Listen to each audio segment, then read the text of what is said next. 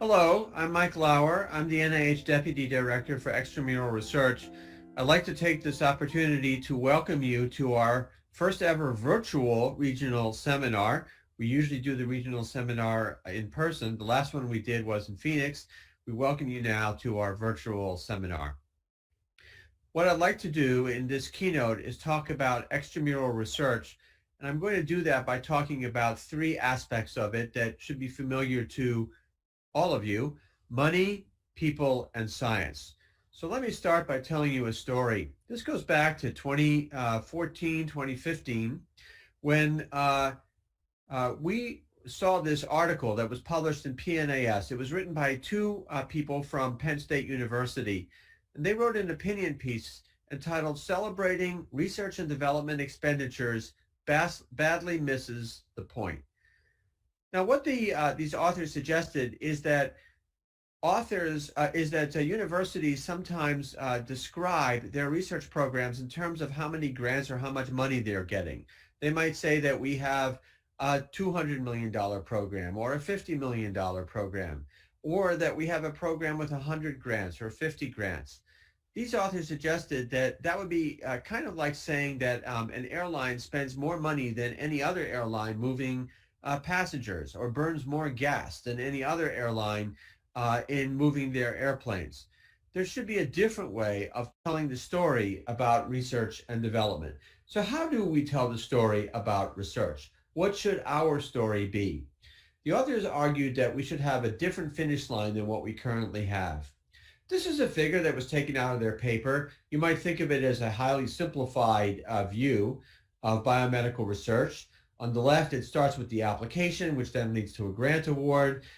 You hope, of course, that the grant will get funded. After the grant is funded, research gets done. The results of that research will get published, and we hope then that those publications will lead to citations. They argue that the finish line right now is the checkered flag on the left, which is that the award has been given. They argue for a different finish line, which is the one on the right. Now, maybe that's not the correct finish line. We can talk about that later. But the key point here is that telling a story about grants and a research program goes way beyond how many grants or how much money is actually being spent. So if we think about this, we can think about our story in terms of three major components: money, people, and science. So let's go ahead and explore that. Now, before talking about these in detail, I'd like to take you on a quick, very high-level tour of how the NIH works. For many of you, this is going to be old hat. For some of you, this may be relatively new. NIH gets its money from Congress. All of the money that we spend is taxpayer money. That money then may be used to support grants. A very large proportion of our money is used for grant support. So scientists who work at research institutions come up with ideas, or they respond to requests for applications from the NIH. They then put together a grant proposal. The grant proposal gets submitted through an electronic system and then goes to a scientific review panel. Now, here's a picture of a scientific review panel sitting around a table. These days, we don't do that anymore. These days, we do everything virtually. But the basic idea is the same, which is that you've got a group of people, a group of experts who look at a number of applications and make judgments about them, come up with an assessment of the scientific merit of those applications. So the scientific review panel, or sometimes it's referred to as a study section or review group, they will look at the applications and then come up with a score and a critique of that application, which they send on then to a program officer. That program officer will then use that information along with other kinds of input to think about whether or not that application should be funded, and if so, in what way and to what degree.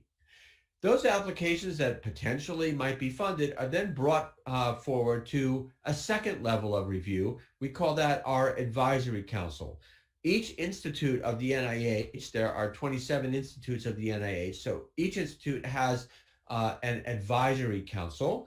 That advisory council will then look at the applications a second time. Certain kinds of applications will undergo additional scrutiny, such as those applications that cost more than a certain amount of money. Then they will then make further recommendations regarding which applications might be appropriate for funding. So the results now of the first peer review, the peer review that occurs at the scientific review panel, and then the assessment of the program staff and the assessment of council then get brought to the institute or center director. Each of our ICs, institute or centers, has a director. That director will then be responsible for making the final funding decisions. And that director will determine which grants get funded and to what degree and in what way. And then that money then and award will then go back to the research institution. So that is the cycle here. Money is allocated by Congress. Scientists at research institutions and research institution staff submit applications that then undergo peer review. Peer review then goes to program. Program makes assessments that then go to council. Council then takes care of the second level of review, and ultimately then the IC director will decide which applications get funded. All right, so now having given you that very high level tour of how NIH works, let's talk about money, people, and science, and we'll start by talking about money. Well, of course, one of the most common questions that people ask about NIH is, what's our budget? So here is a figure showing what our budget has been over the last 20 years or so.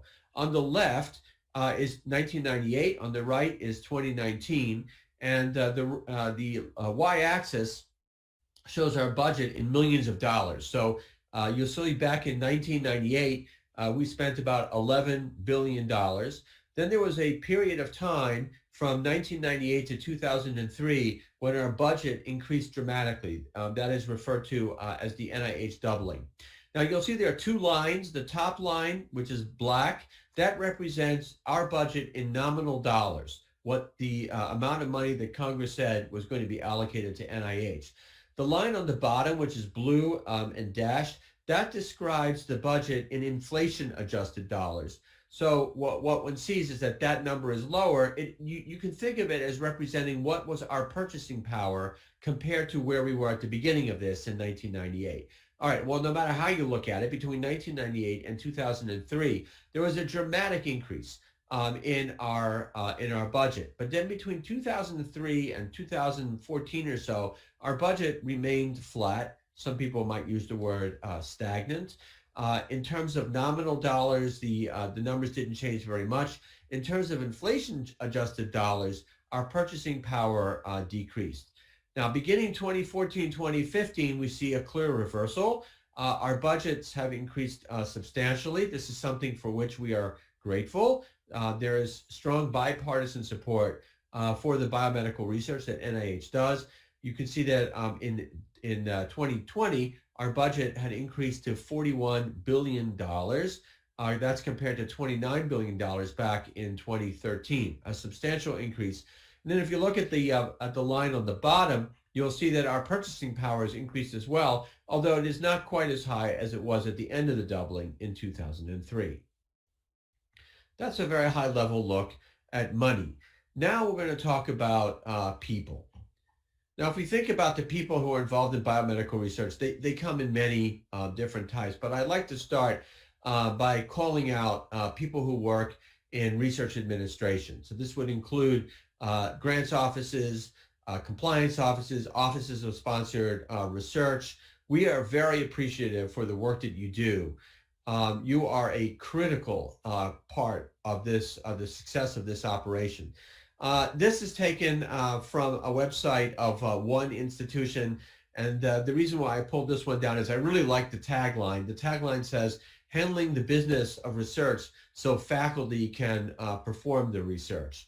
And I think it's incredibly important to understand that the conduct of extramural research goes way beyond the science itself. There's much more to it, which of course is the reason why many of you have come here to the regional seminar. Now, scientists are under a great deal of stress. This is a series of articles that appeared in Nature in 2016. That was 4 years ago. It was a long time ago. And yet, what's written here is very much apropos of what's happening today. Scientists, and particularly scientists who are in early stages of their career, complain about a desperate pursuit of grants, long hours without time for science, extreme competition. We'll talk about that in a bit, about the fact that we exist in what's been termed a hyper-competitive state, dependence on senior scientists, and a state of administrative overload. And so the question is, what's behind all this? By the way, when I do this talk in person, I will often ask people, do these ideas resonate? Do you, either scientists or people who work closely with scientists, do you get the sense that you're under a lot of stress? And invariably, 95% or more of the hands in the room go up. So what's behind all this? Here's a paper that came from a workshop that was done at the University of Wisconsin. It was led by Dr. Judith Kimball. She brought together experts from all around the country to think about the stress that biomedical research is under. And they identified two core problems. One is that there are too many researchers vying for too few dollars, and that there are too many postdocs who are competing for too few faculty positions. And essentially everything else, all the other stress points, such as concerns about peer review, are manifestations of these two core problems. So is this really true? Do we really have too many researchers who are vying for too few dollars? Well, one way we can look at this is shown here. We can look at the numbers of researchers who are receiving support from NIH, and then we can also look at the number of researchers who are seeking support from NIH. So this shows data since the end of the doubling. Remember, the doubling ended in 2003. The line on the bottom, which is a red line with circles, that shows the number of unique people who could say that they were a principal investigator on a research project grant at NIH. And that number starts at around 25,000 back in 2003. It remained relatively flat through about 2014, 2015, and since then has begun to increase. We'll take a look at that in a little bit more detail. The line on the top, which is a green line with green triangles, that line represents the number of unique people who sought to be funded in that particular years. Now, remember, a grant typically lasts for 4 or 5 years. So somebody who applied for a grant in 2002 or 2001, they were hoping to be funded in 2003. So we take that into account. And what we see is that between 2003 and about 2014, there was a dramatic increase in the number of people who wanted to be funded. It went from about 60,000 to close to 90,000. That, if you think about that, that's a 50%, a 50% increase in the number of people who are seeking funding. Whereas the number of people who actually received funding, that number went up by a much lower amount. And then there's a blue line, which we call that the cumulative investigator rate. And that is simply the ratio between the red line and the green line. In other words, it's the number of people who were funded divided by the number of people who actually wanted to be funded. So let's look at this in a little bit more detail. What I'm showing you here is the exact same data that I showed you before, but I'm focusing on the number of unique people who could say that they were serving as a PI on at least one NIH research project grant. Back in 2003, a little over 25,000. The number increases a little bit over the years. And then with the recent budget increase starting around 2015, there's a dramatic increase. Now it's up to about 33,000. So we've seen a substantial increase in the number of scientists who we're able to fund. And this is the that ratio of the number of unique awardees divided by the number of unique applicants. What one sees is that beginning from 2003 to 2014, that number decreased dramatically. And then starting 2014, 2015, the curve changes direction and now is going up. I think to a large extent, we can thank the budget increases that we have received for that, but there also have been a number of policy decisions as well, and interest on the part of the agency to fund as many scientists as we possibly can. I would view this as good news. Now, I think it is important to recognize that we are not where we were in 2003. We are still in an environment that is much more competitive than it was back then. Now, the stress is particularly faced by early career investigators. This is something which Congress has noticed. In 2016, the Congress passed by overwhelming bipartisan majorities the 21st Century Cures Act. And in there is a provision that states that the director of the NIH shall take steps to make it easier for early career investigators to receive funding, and to also take steps to enhance workforce diversity. There's been a lot of interest in the fate of researchers who are at early stages of their career. We had an advisory committee to the director that put together a report on the next generation of researchers. There was a report from the National Academy of Sciences. And as a result of these reports and other input, NIH has taken a number of steps to enhance our ability to fund career researchers who are earlier on in their career. And here's some data that shows the results. The x-axis shows time from 1995 through, this is 2019. And the y-axis shows the number of unique early career investigators who received support on at least one R01 or R01 equivalent grant. You can see from 1995 to 2010 that number was relatively flat. We actually did have some improvement with some early stage investigator policies that were put into place in the late 2000s. 2013 was a really bad year. Some of you may remember, 2013 was the year of sequester. That was a time when our nominal budget decreased. And early stage investigators were hurt by this. The number of early stage investigators that we supported fell to below 600.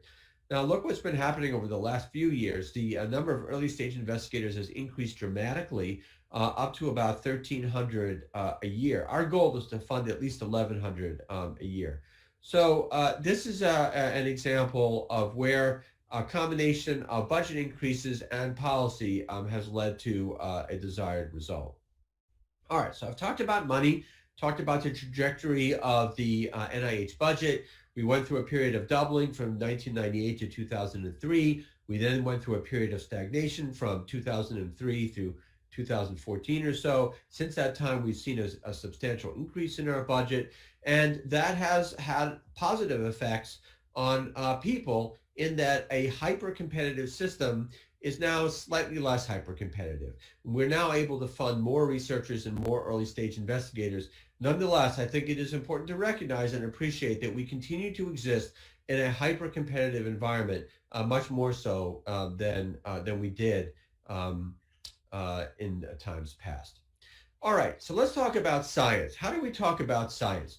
Well, one way we can talk about science is by using a framework which is described as Pasteur's Quadrant. This came from a book that was written by Professor Stokes in 1997. It was published by the Brookings Institution.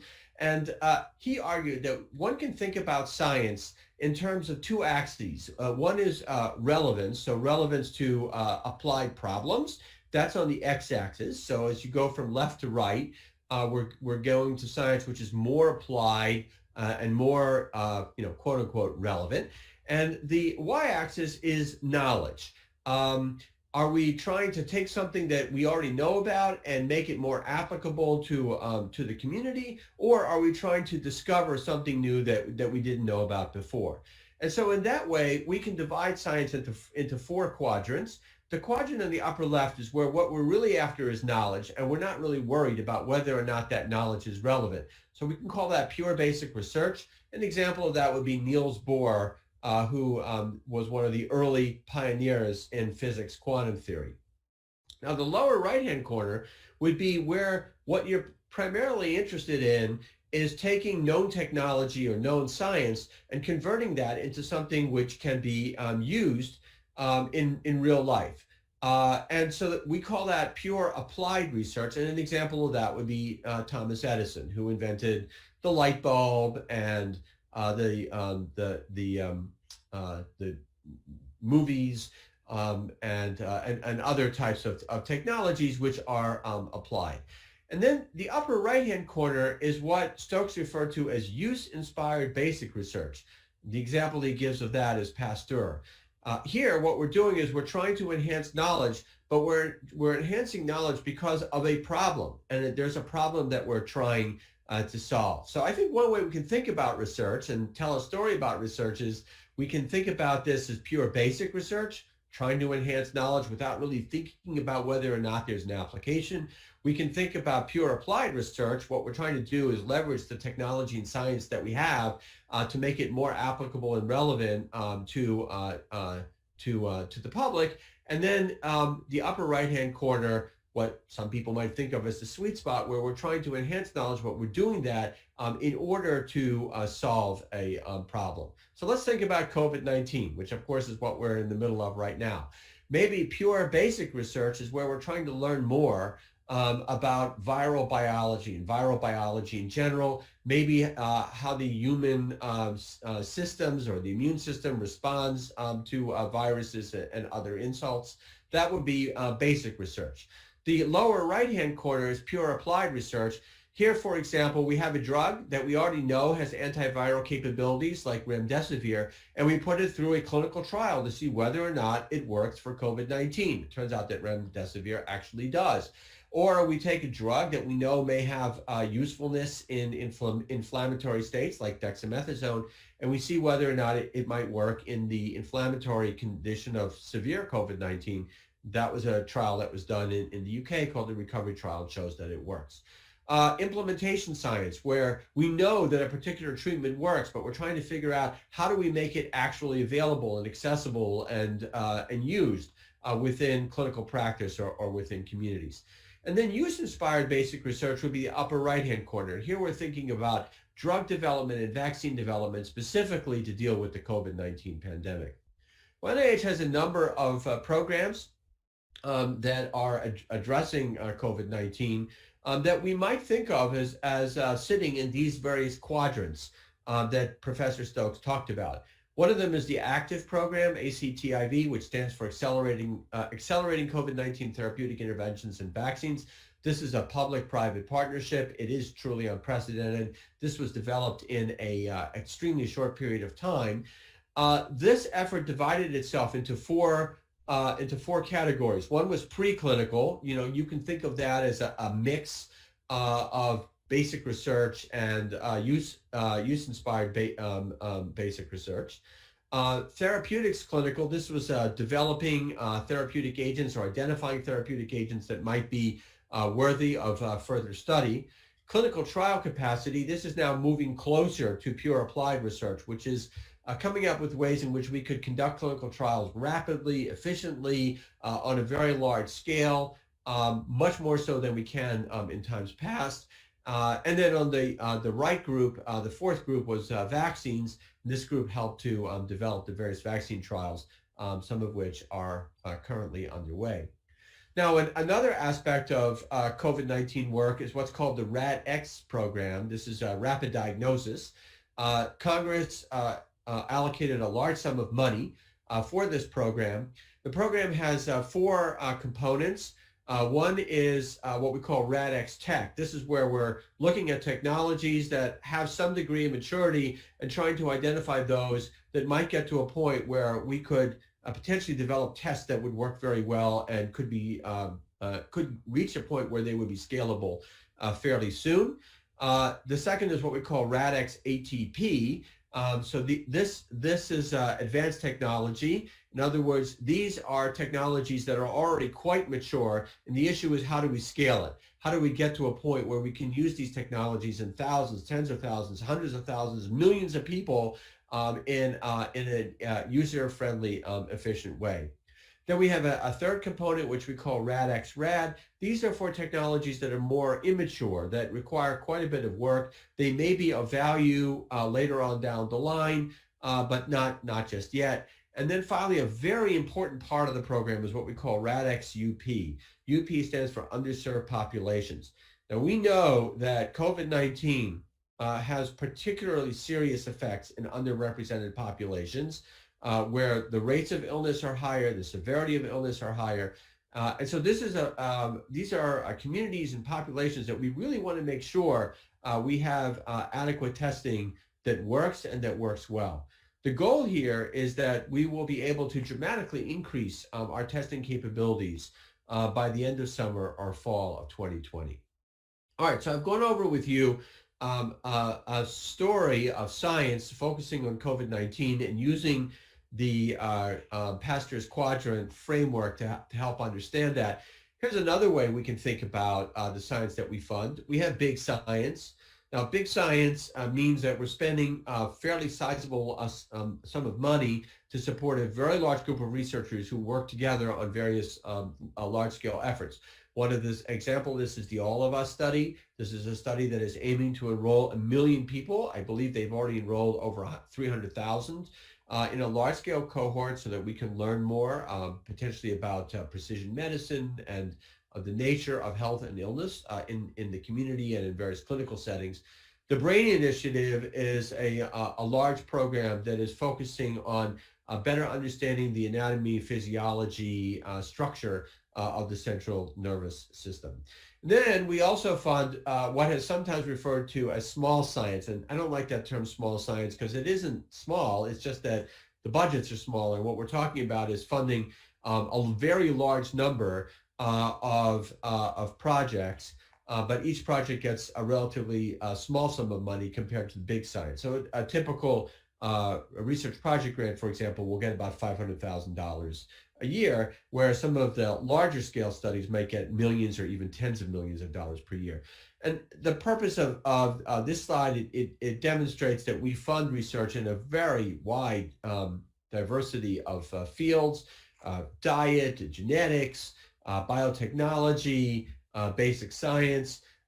There is absolutely no way we can possibly do justice to the diversity of the NIH portfolio. We fund about 60,000 projects every year. Okay, so I've talked about money, I've talked about people, I've talked about the kind of science that we fund. Now what I want to talk to you about are some of the concerns that we have. And these concerns affect all three of these. These affect money, it affects people, and it affects science.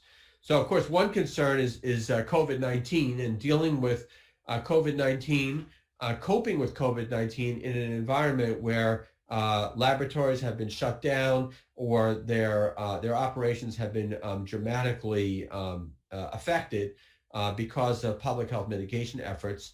This is our webpage. Please come and visit it if you haven't visited it already. There was a period of time where we implemented a large number of accommodations and flexibilities. Some of them are still present because these are things that NIH can do. Some of them less so, and this has to do with how we work across the government. Another issue is illustrated in this letter. This was a research letter that was published in JAMA by Dr. Reshma Jaxi. She did a study in which she conducted a survey of people who had received a K award, a career award, and she asked them whether or not they had ever experienced sexual harassment during the time that they were receiving their award. And what she found was that 30% of women experienced harassment. And these findings, of course, are very concerning. The government commissioned the National Academy of Sciences to conduct a study on sexual harassment of women. The results of that study were released in 2018. The study showed that that sexual harassment, unfortunately, is extremely common. So the results that Dr. Jaxi found in her study of NIH-K awardees were absolutely in line with what's been observed elsewhere.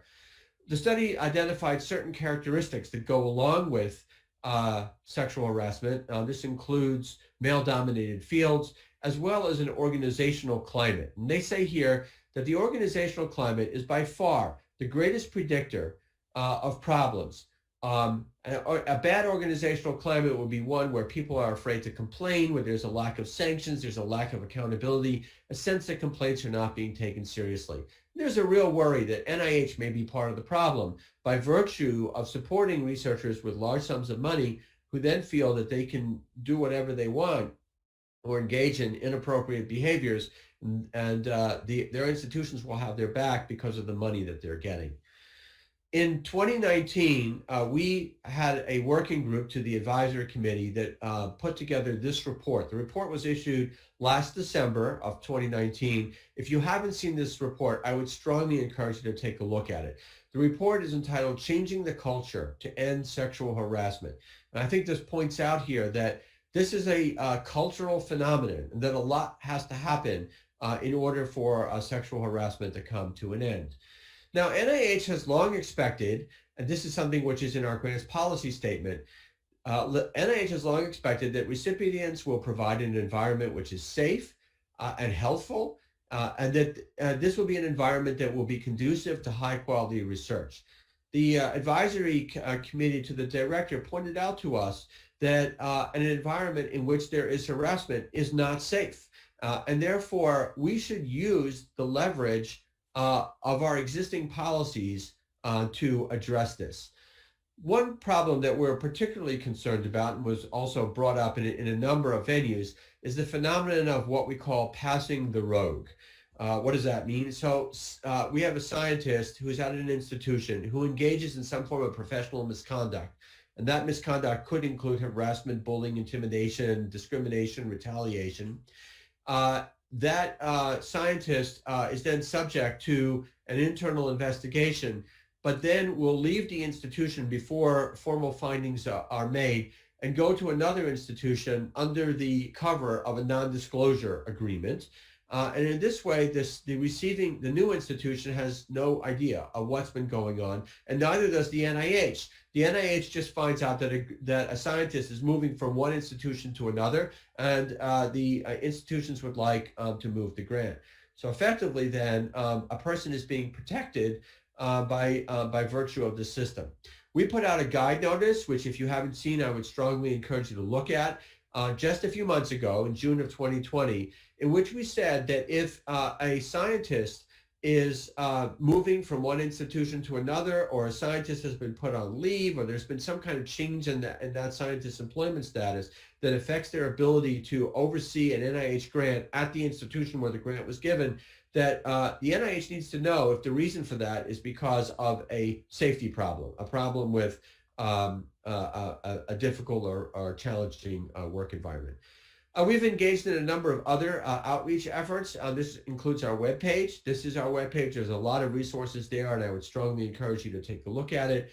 We have a web forum where people can, anyone, you don't have to be an administrator or a PI, anyone can let us know that there may be problems in a particular laboratory. And if you want to, you can submit this anonymously so that we don't know who you are. Okay, now another way of thinking about this, you may remember that the National Academy's report identified two problems.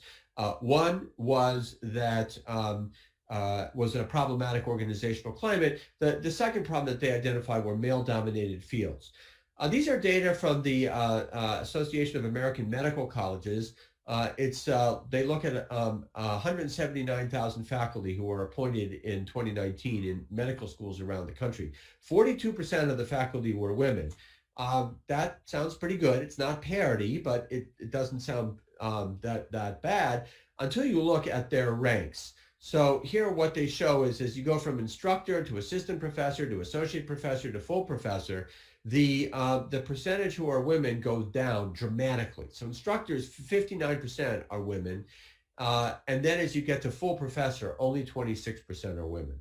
Well, we see this reflected in our grants.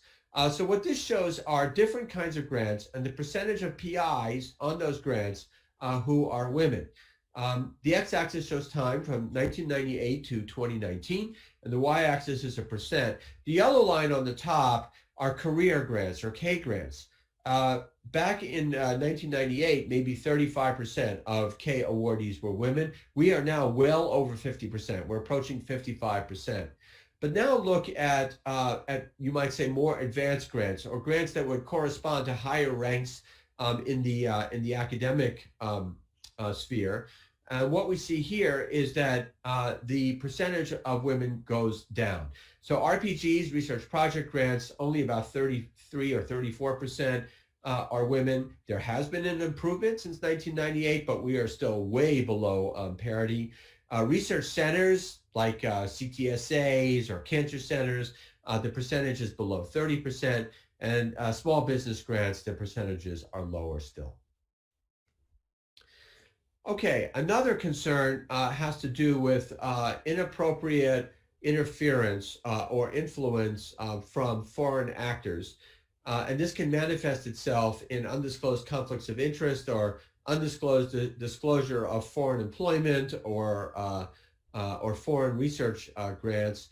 We've even seen cases where NIH was unwittingly funding a grant that was identical to a grant being funded by a foreign country. These are two documents that if you haven't seen, I would suggest you do look at. The one on the left, Threats to the U.S. Research Enterprise from China's Talent Recruitment Programs. This was a bipartisan report that was put out by a Senate committee. The item on the right is a presentation that was put together by OSTP, the Office of Science, Technology, and Policy. The link is on this slide. I would strongly encourage you to look at this because these two reports will give you a sense of the kind of concerns that we have. All right, another concern that we have is peer review. Now, you may remember at the very beginning when I took you through that high-level tour of NIH, I said that applications go to peer review panels. What I didn't mention at the time is that that's a confidential process.